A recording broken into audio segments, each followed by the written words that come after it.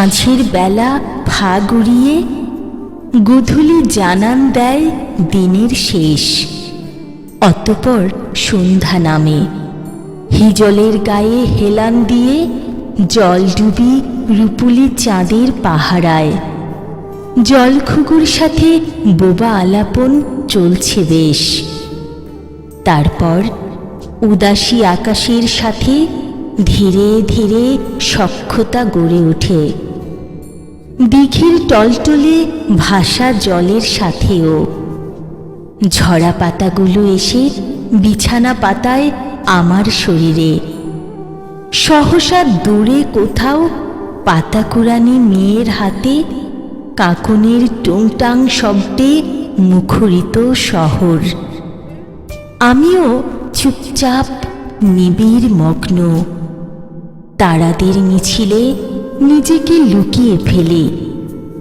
মাছেদের জলকেলিতে ছুঁড়ে দিলাম খোলা তলোয়ার, কিন্তু হঠাৎ বধির হয়ে যাই। কানে ভেসে আসা ডাহুকের আত্মচিৎকারে তীব্রভাবে বেড়ে ওঠে নিশিথিনীর দেহ জুড়ে প্রাণের টান। মাঝে মাঝে মনে হয় যেন সন্ন্যাস জীবনের ধূলিমাখা ধূসর পথে কিছুক্ষণ পর পর পা এগুলাম।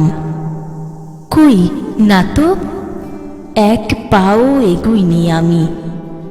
চোখ খুলে নিজেকে এখানেই পেলাম। অবশেষে বেমালুম ভুলে যাওয়া ক্ষুধার নেশা পেটের পীড়ায় জাগ্রত হলো। এখন বকুল তলায় এক মুঠো আধার কুড়িয়ে দাও, একাই খাবো।